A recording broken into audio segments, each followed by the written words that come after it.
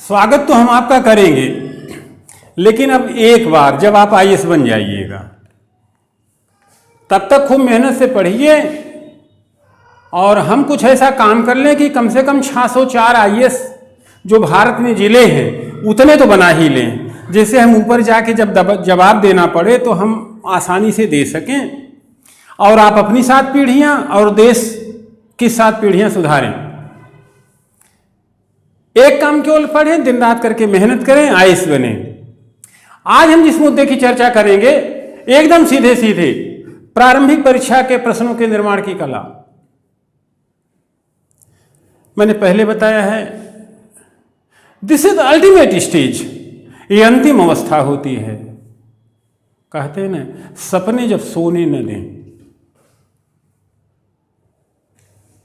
Disinvestment की बात आते ही प्रश्न नाचने लगे दिमाग में। नीति आयोग की बात आते ही नीति आयोग के दर्शन और फलसफे स्पष्ट होने लगे।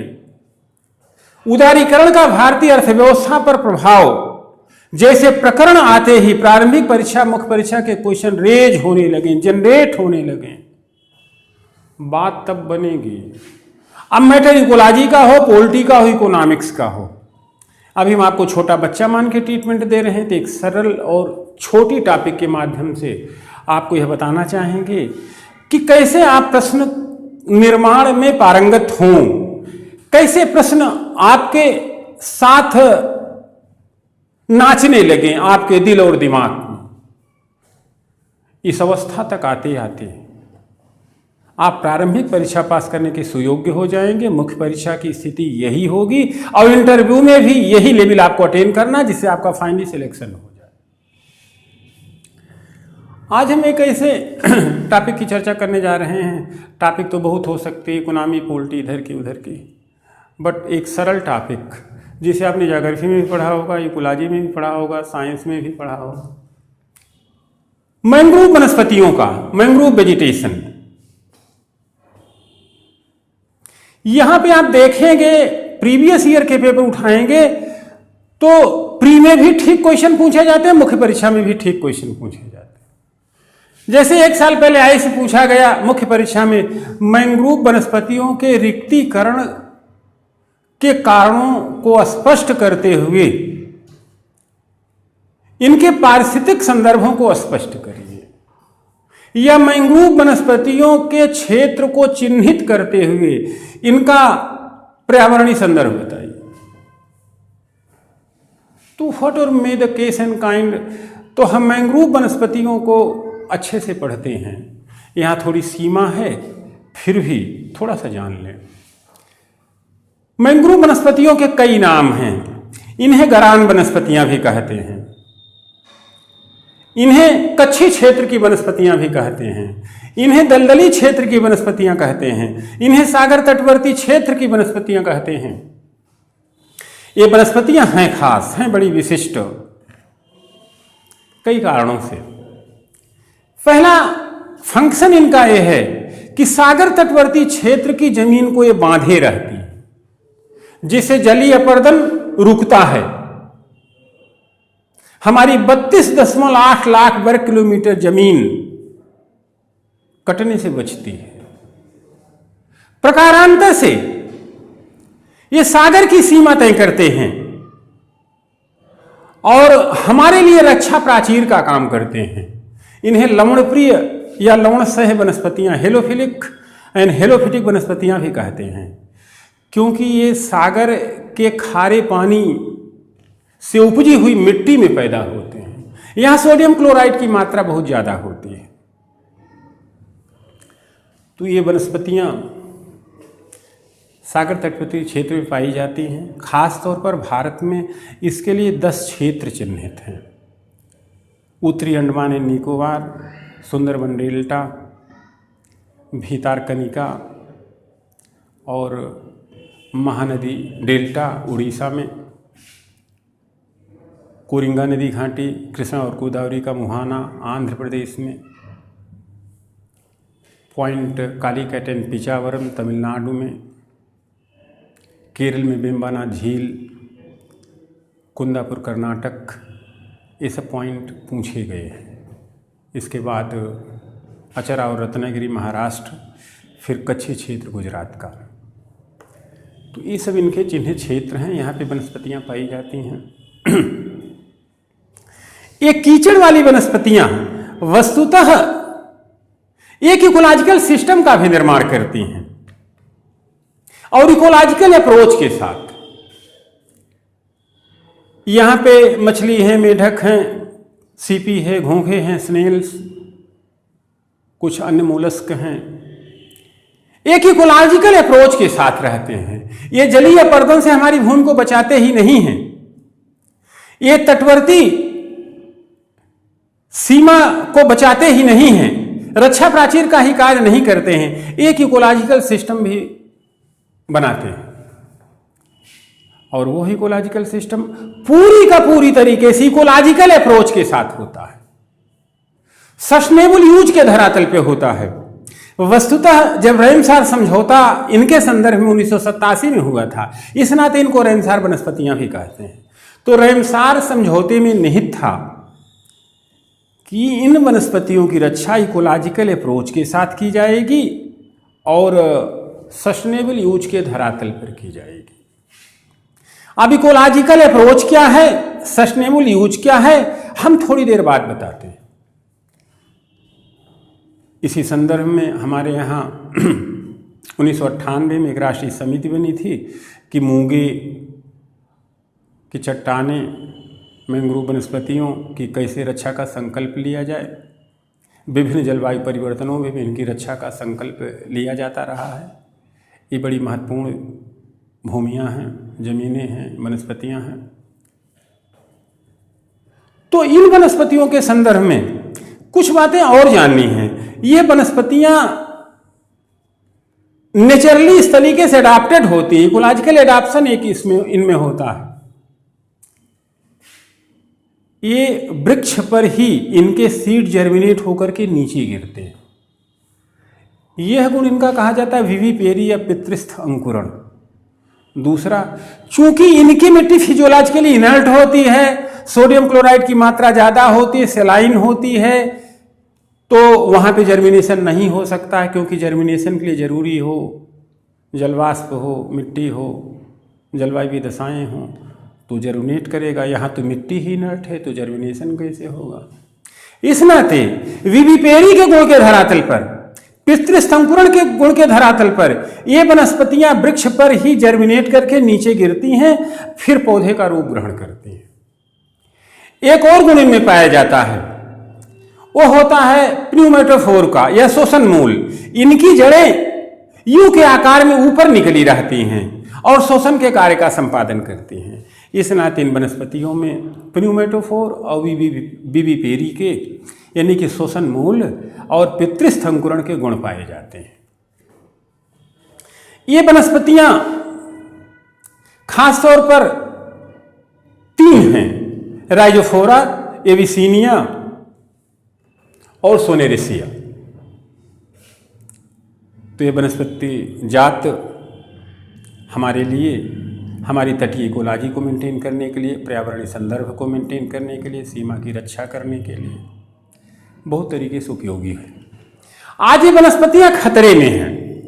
आज इन वनस्पतियों के साथ संकट है और संकट के कारण है मानवीय दखल, संकट के कारण इनका बेरहम शोषण, संकट का कारण है इनसे बिजली का उत्पादन। अगर आपको मालूम होगा, जो भैंसा दलदली क्षेत्र आपका सुंदरबन का है, वहां पे गसोबा नामक स्थान पर एक बिजली संयंत्र लगाया गया है, जहां ढेर सारी मात्रा में लकड़ी कंज्यूम होती है। तो कह सकते हैं कि आर्थिक उपादेयता या आर्थिक गतिविधियों के लिए, बिजली के उत्पादन के लिए, लकड़ियों को जलाने के लिए, अन्य छोटे मोटे यूज के लिए, या इनको काट करके बाजार में बेचने के लिए, जो छोटे मोटे अपना चाय वाय बनाने का काम, हमने कलकत्ता जैसे शहर में वनस्पतियों को बिकते हुए देखा। तो इस तरीके से इनका बेरहम शोषण हो रहा है, यह चिंता का विषय है। और यह चिंता रैमसार में ही शुरू हो गई थी। रैमसार ईरान का एक शहर है। 1987 में ही इनकी रक्षा सुरक्षा का संकल्प ले लिया गया था। भारत भी इन वनस्पतियों की सुरक्षा और संरक्षा के लिए प्रतिबद्ध है। 10 क्षेत्र चिन्हित किए गए हैं जो अभी आपको बताए जा चुके। तो राइजोफोरा, सोनेरेसिया, एविसिनिया जो वनस्पतियां आप संकट में हैं, मैंग्रोव वनस्पतियां आप संकट में हैं, इनकी रक्षा करने का संकल्प आ गया है। और वह संकल्प है इकोलॉजिकल अप्रोच से और सस्टेनेबल यूज से। अब इकोलॉजिकल अप्रोच का मतलब समझें। अब आगे से पढ़ाई फैक्चुअल नहीं, थोड़ा सा फिलॉसफिकल होगी, थोड़ा सा मिस्टीरियस होगी। हमने स्तुतिचारण का स्टेटमेंट क्या बताया था कि जीएस पढ़ते ही निबंध की तैयारी कर लें। तो इकोलॉजिकल अप्रोच का मतलब होता है, पारिस्थितिकी दृष्टिकोण का मतलब होता है। आप प्रोफेसर रामदेव मिश्रा जो भारत में इकोलॉजी के जनक हैं, काशी हिंदू विश्वविद्यालय से संबद्ध रहे हैं, उन्होंने इकोसिस्टम की परिभाषा बताई। Ecosystem is the study of structure and function. पारिस्थितिक तंत्र रचना और क्रिया की इकाई है। वुडन ने इसी के 2 कंसेप्ट दिए थे, 2 फैक्ट दिए थे। पहला है खाद्य पदार्थों का चक्रण, दूसरा है ऊर्जा का प्रवाह। I mean cycling of food material and flow of energy. कोई इकोसिस्टम, कोई इकोलॉजी वस्तुतः cycling of food material and flow of energy पर ही रन करता है। यही है पारिस्थितिकी दृष्टिकोण। कुछ रुके न कुछ ठहरे, न ऊर्जा रुके न हम रुके। हम पे कुछ दायित्व है, उन दायित्व का निर्वहन करके हमको यहां से चले जाना है। पीछे से लोग वेट में है कि आप जगह खाली करो, हम आ रहे हैं। ऐसी ऊर्जा, आई मीन शक्तिमत्ता, सत्ता का केंद्रीकरण न हो जो पॉलिटिकल फंडा है। अर्थशास्त्र कहता है धन का केंद्रीकरण न हो। इकोलॉजी प्रकारांतर से कहती है न ऊर्जा ठहरे न पदार्थ ठहरे, जो जगत के सच हैं। ऐसे अगर हम इसका फिलॉसफिकल यूज करेंगे तो हम धन के संकेंद्रण को रोकेंगे, राजनीति के संकेंद्रण को रोकेंगे, जो वर्तमान का चरित्र हो गया। आज पुतिन के संदर्भ में आप देख ले रहे हैं, पुतिन ने 2036 तक अपनी शासन व्यवस्था सुदृढ़ कर ली है। चीन के सिपनी यही काम कर रहे हैं। हमारी व्यवस्था भी उस तरफ चली जाए तो बहुत ज्यादा आप आश्चर्यचकित न रहे। तो नीति क्या कहती है? सत्ता का भी केंद्रीकरण हो, अर्थ का भी केंद्रीकरण हो, सोशल सिस्टम का भी केंद्रीकरण हो, सोशल स्ट्रेटिफिकेशन हो। जो मूल इकोलॉजिकल कंसेप्ट है सब चलता रहे। ऋग्वेद भी यही कहता है, चरे वेद चरे वेद, यानी कि ऊर्जा का प्रवाह होता रहे, शक्ति का प्रवाह होता रहे और पदार्थ चक्रीय धरातल पे, कार्बन साइकिल, सल्फर साइकिल, हम मरें, मिट्टी बने, फिर नए पौधे और जीव पैदा हों। ये चक्र चलते रहना चाहिए। वस्तुतः इकोलॉजी यही कहती है, ठहराव जगत का सच नहीं है, ठहरना नीति संगत नहीं है। तो इस तरीके से यह हुआ इकोलॉजिकल अप्रोच, सब चलायमान रहे। और दूसरा पॉइंट सस्टेनेबल यूज, हम उतना ही यूज करें जिससे भावी पीढ़ी संकट में न पड़े। आई मीन वर्तमान और भविष्य साथ साथ चले। वर्तमान के लक्ष्य और दृष्टिकोण आने वाली पीढ़ी के हितों के विरुद्ध न खड़े हों। वर्तमान और भविष्य सहधर्मी भाव से आगे चले। अब ये बातें बीच में हमने बोल दिया, मेन के 2 क्वेश्चन ऊपर ही बोल दिए थे। अभी तो हो गया निबंध इंटरव्यू की तैयारी, कहाँ प्रॉब्लम है? इसे आपको उसी साथ चलते चलते आपको ये करना पड़ेगा। भारत के जो 10 चिन्हित क्षेत्र हैं आपके मैंग्रोव वनस्पतियों के, इसमें मैंग्रोव वनस्पतियों का सर्वाधिक संकेंद्रण है सुंदरवन क्षेत्र में, आई मीन पश्चिम बंगाल में 2097 वर्ग किलोमीटर। इस बात गुजरात है 1103 वर्ग किलोमीटर। तीसरे नंबर पे उत्तरी अंडमान और निकोबार है जो लगभग 604 वर्ग किलोमीटर है। इसके बाद आंध्र और तेलंगाना है जो 352 वर्ग किलोमीटर है। ये ऊपर के क्षेत्र हैं, ये सर्वाधिक अधिमान वाले हैं। नीचे आपका गोवा है, केरल है, कर्नाटक है। जहां गोवा में आपके 22, केरल में 6, कर्नाटक में 3 वर्ग किलोमीटर क्षेत्र मैंग्रोव वनस्पतियों से आच्छादित है। इससे आप क्रोनोलॉजी का क्वेश्चन जनरेट कर लेंगे। ये अवस्थिति है मैंग्रोव वनस्पतियों की भारत में। तो यहाँ से आप प्री का भी क्वेश्चन रेज करें, मेंस का करें, इंटरव्यू का करें। चूंकि आज प्रारंभिक परीक्षा के प्रश्नों के निर्माण की कला की बात हो रही है, तो आज इतने टॉपिक पढ़ने के बाद यही आपको आगे करना है, यही आगे आपको करना है। हम इसे से प्रारंभिक परीक्षा के प्रश्न निकालते हैं। सबसे सरल क्वेश्चन, मैंग्रोव वनस्पतियां पाई जाती हैं अल्टरनेटिव दलदली क्षेत्र में, बी मरुभूमि में, सी चट्टानी क्षेत्र में, डी टैगा तुल्य क्षेत्र में। अब आप टिक कर दो।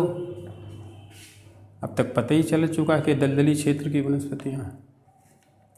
एक और थोड़ा सा टिपिकल क्वेश्चन सोचो कि पितृस्थ अंकुरण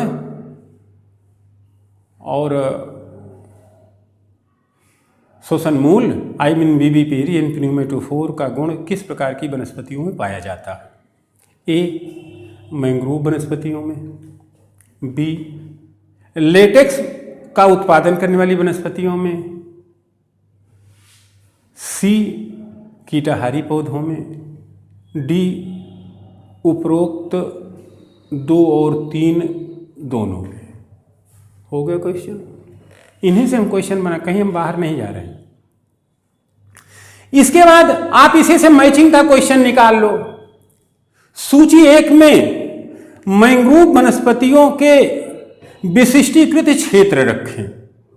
सूची 2 में रखें कि वे राज्य जहां ये क्षेत्र अवस्थित। अब इस संदर्भ में ए आप अचरा और रत्नागिरी रख लें, बी आप रख लें भीतारकनिका झील रख लें, सी आप रख लें बेम्बानाथ झील रख लें, डी आप रख लें कोरिंगा नदी घाटी। अब राज्यों में आप देख लें, 1 रख लें आंध्र प्रदेश, 2 रख लें तमिलनाडु, 3 रख लें आपका केरल, 4 उड़ीसा और 5 आप महाराष्ट्र। अब मैच करा दो भैया, स्पष्ट है। बेम्बानाथ झील केरल में होगी, भीतारकनिका आपकी उड़ीसा में होगी, अचरा और रत्नागिरी आपकी महाराष्ट्र में होगी, कोरिंगा नदी घाटी आंध्र प्रदेश और तेलंगाना। हो गया। तीसरे से आप सुमेलन का क्वेश्चन निकाल लिए। अब आप इसी पे आगे बढ़ें, मल्टीपल चॉइस टाइप के क्वेश्चन निकालें। पहले बताए जा चुके 5 तरीके के क्वेश्चन पूछे जाएंगे। कांस्टेंट अल्टरनेटिव निश्चित विकल्पी, मल्टीपल चॉइस बहुविकल्पी, मैचिंग सुमेलन। अगला क्रोनोलॉजिकल क्रम से, अगला एसर्शन एंड रीजन। अब मल्टीपल चॉइस के कुछ क्वेश्चन आप देखें, जैसे अधोलिखित तथ्यों पर विचार करें। नंबर 1, दलदली भूमि तथा मार्सी हैबिटाट। नंबर 2, लवण सह वनस्पतियां। नंबर 3, क्रिया की दृष्टि से अक्रिय भूमि फिजियोलॉजिकली इनर्ट। उपरोक्त तथ्य मेल खाते हैं किस प्रकार की वनस्पतियों से? ए मैंग्रोव वनस्पतियां, बी टैगा वनस्पतियां, सी भूमध्य सागरीय वनस्पतियां, डी मैंग्रोव वनस्पतियां। हो गया। आपने पढ़ा है तो मैंग्रोव वनस्पतियों से मेल खाएंगे, बात ही खत्म हो गई। इसी तरीके से कुछ और क्वेश्चन रेज करें। अधोलिखित तथ्य मैंग्रोव वनस्पतियों के संदर्भ में दिए गए हैं। कथनों की सत्यता का परीक्षण करते हुए कूट की सहायता से सत्य विकल्प की तलाश करें। नंबर 1, रमसार समझौते में निहित है कि मैंग्रोव वनस्पतियों की सुरक्षा पारिस्थितिकी दृष्टिकोण तथा धारणीय उपयोग के धरातल पर किया जाए। Ecological approach and sustainable use. दूसरा पॉइंट, वर्तमान में आपका गुजरात, महाराष्ट्र और उड़ीसा क्रम से मैंग्रोव वनस्पतियों के बढ़त के क्षेत्र में, ज़्यादा कवरिंग के क्षेत्र में 3 उच्च स्तर प्राप्त राज्य हैं। यानी कि यहाँ पे जमीनों का विस्तार, मैंग्रोव वनस्पतियों का विस्तार ज़्यादा हो रहा है, इनका कवरेज बढ़ रहा है। अब 2 स्टेटमेंट हो गए, कूट बनाएं। अल्टरनेटिव केवल 1 सही, बी केवल 2 सही है, सी 1 और 2 दोनों सही हैं, डी न 1 सही न। अब आप पूरी पढ़ाई किए हैं तो आप टिक कर देंगे, 1 और 2 दोनों सही हैं, हो गया काम खत्म। इसी तरीके से कुछ और एक क्वेश्चन कुंडलाजी का देख लें। 2013 के संदर्भ पर भारत में मैंग्रोव वनस्पतियों के सर्वाधिक क्षेत्रफल वाले राज्य क्रमशः हैं। अल्टरनेट ए पश्चिम बंगाल, गुजरात, उत्तरी अंडमान और निकोबार तथा आंध्र व तेलंगाना। बी उड़ीसा, आंध्र व तेलंगाना, पश्चिम बंगाल और गुजरात। सी आंध्र व तेलंगाना, उड़ीसा, पश्चिम बंगाल और गुजरात।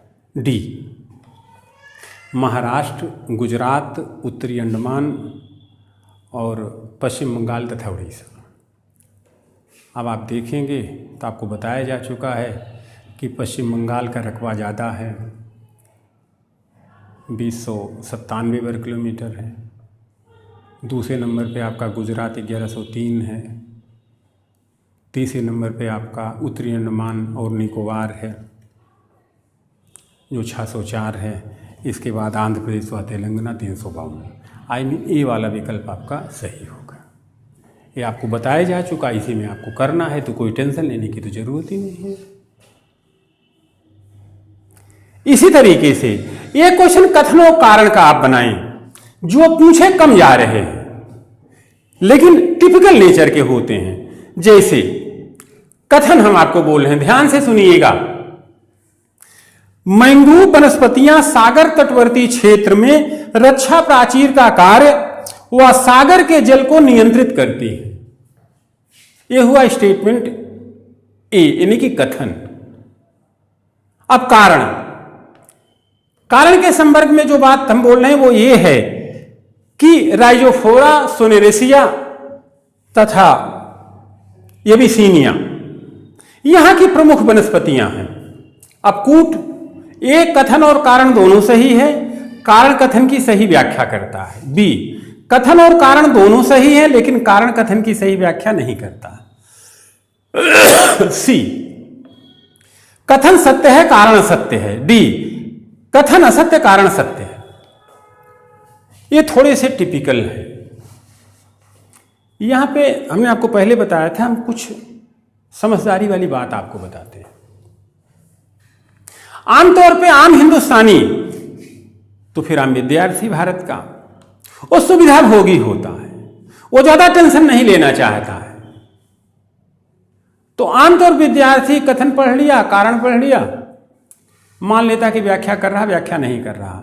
ये नहीं कि वो ए और बी पे ही विचार ही करता है। ध्यान रहे 4 विकल्प हैं तो सही तो सी और डी भी हो सकता है और आप तो 2 ही पे विचार ही कर रहे हैं।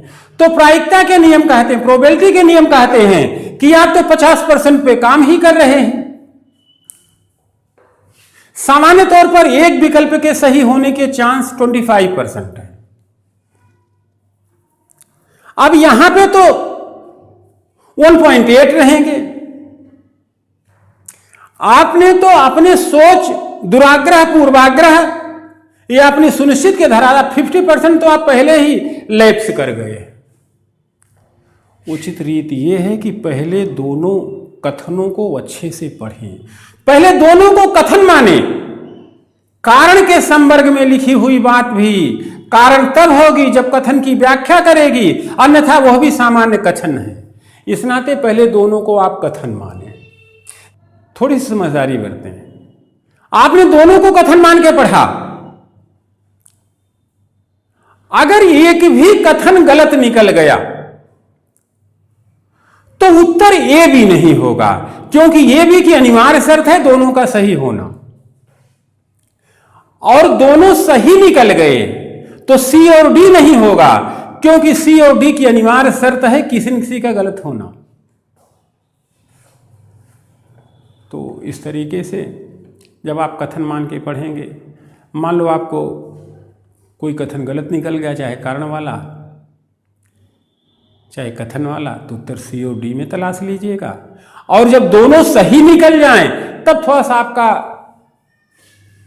बोझ बढ़ेगा कि यार व्याख्या कर रहा है कि नहीं कर रहा है। अब थोड़ा सा मेहनत कर लें, दिमाग लगा लें, अपनी मनोविश्लेषणात्मक क्षमता, एनालिटिक पावर लगा लें, क्या व्याख्या कर रहा है कि नहीं कर रहा। अगर व्याख्या कर रहा होगा तो ये सही हो जाएगा, नहीं भी तो है ही। अब आप यहां पे देखें, पहला स्टेटमेंट आपका है कि मैंग्रोव वनस्पतियां सागर तटवर्ती क्षेत्र में रक्षा प्राचीर तथा सागर के पानी या लहरों को नियंत्रित करती, तो सही है।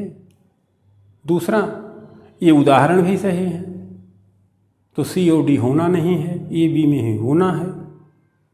अब बहुत स्पष्ट है, इतना आप समझदार हैं, ये उदाहरण कथन की व्याख्या नहीं करते हैं, उदाहरण तो कुछ भी हो सकता है। इस नाते आपका उत्तर हुआ बी। बहुत सिंपल है क्वेश्चन, थोड़ी सी समझदारी बरतें। इस तरीके से हम आपसे अपेक्षा करेंगे कि एक टॉपिक पकड़ें, पूरा सिलेबस पकड़ें, इसी तरीके से पढ़ें, क्वेश्चन रेज करें। एक बात हम बता दें आपको, जो हम बता रहे हैं वो कोई बताएगा नहीं। भौतिक सुख सुविधाएं सबको चाहिए, थोड़ी हमको भी चाहिए, बट हमारा मन कुछ खास 604 जिलों में यदि कुछ घटे बढ़े न हो तो सब में हमारे स्टूडेंट हों और हिंदी माध्यम के हों, टॉपर भी हमारा हो। ये इसी तरीके से हो सकता है। अभी कल कहीं शिकायत आई आप बड़े शुद्ध हिंदी बोलते हैं, तो यार इसका कोई विकल्प ही नहीं है, आपको ये स्टैंडर्ड तो लाना पड़ेगा, अन्यथा छोड़ दो इम्तिहान देना। पुराने लोग शुद्धतावादी हैं, जो हो सकता है गलत हो, लेकिन अब वो हैं, आपको इसी में रहना है। आप हिंदी बोलते हो, किया को करा बोलते हो, तो काहे बोलते हो भाई? अगर आईएएस देना है, आपको सेल्समैनी करना तो चाहे जो बोलो, आपको फंट्री मारी करना तो चाहे जो बोलो। अगर आईएएस की परीक्षा देनी है तब तो किया ही बोलना पड़ेगा ना। क्यों सोचते हैं आईएएस बनना है तो अच्छे लिटरेचर क्यों नहीं पढ़ोगे, और जब अच्छे लिटरेचर पढ़ोगे तो लाइनें क्यों नहीं आपको आएंगी? इस तरीके से आप क्यों नहीं पढ़ लोगे? अल्टीमेट कुछ नहीं होता है, अंतिम सत्य कुछ नहीं होता है। अभी कुछ दिन पहले मैंने किसी पिक्चर में देखा होता है कि सही कुछ नहीं होता है, जो कम गलत हो वही सही है। तो आप कम से कम गलती करें। जब सब चीज अच्छा होगा तो कहीं कहीं करी और करा चल जाएगा। ये राजीव गांधी जी के शब्द हैं। राजीव गांधी जी का समय खत्म हो चुका है, ये 84, 85, 86 के शब्द हैं। अच्छी हिंदी सीखो, पुस्तकें किताबें आपको बताई जा चुकी, अच्छा लिटरेचर पढ़ो, एडिटोरियल पढ़ो, भाषा क्यों नहीं समुन्नत होगी? आप मेहनत से भग रहे हो भाई, मेहनत से आप बचना चाहते हो, ऐसे करोगे तो फिर नहीं, हमें दुख होगा। हमें आपको आगे स्वागत करने का मौका मिले, हमारे पास अच्छे विजन इस चीज को लेकर के हैं, हम आपको आईएएस बना सकते हैं। तो रास्ता माने अच्छा बने, अच्छे लिटरेचर पढ़ें, स्टैंडर्ड बनाएं। इसी तरीके से और भी क्वेश्चन बना सकते हो, हिस्ट्री के, पॉलिटी के, इकोनॉमी के। इस प्रकार अपेक्षा है कि हमारी जज्बातों की कदर करें, किंतु एक बात स्पष्ट कर दें, ये जज्बात और मोटिवेशन से बहुत कुछ नहीं होने वाला है। पढ़ना पड़ेगा, बहुत पढ़ना पड़ेगा, अति पढ़ना पड़ेगा, दिन रात पढ़ना पड़ेगा। हम आपके साथ हर क्षण हैं, पढ़ें, उसी में प्री मेन इंटरव्यू के क्वेश्चन निकालें। धीरे धीरे चीजें गतिशील होते हुए अंतिम उद्देश्य तक पहुंचेंगे, आपको आईएएस बनाएंगे। हम नहीं कहते कि हमको मौद्रिक और आर्थिक लाभ नहीं होगा, थोड़ा सा मुझसे हटके हैं,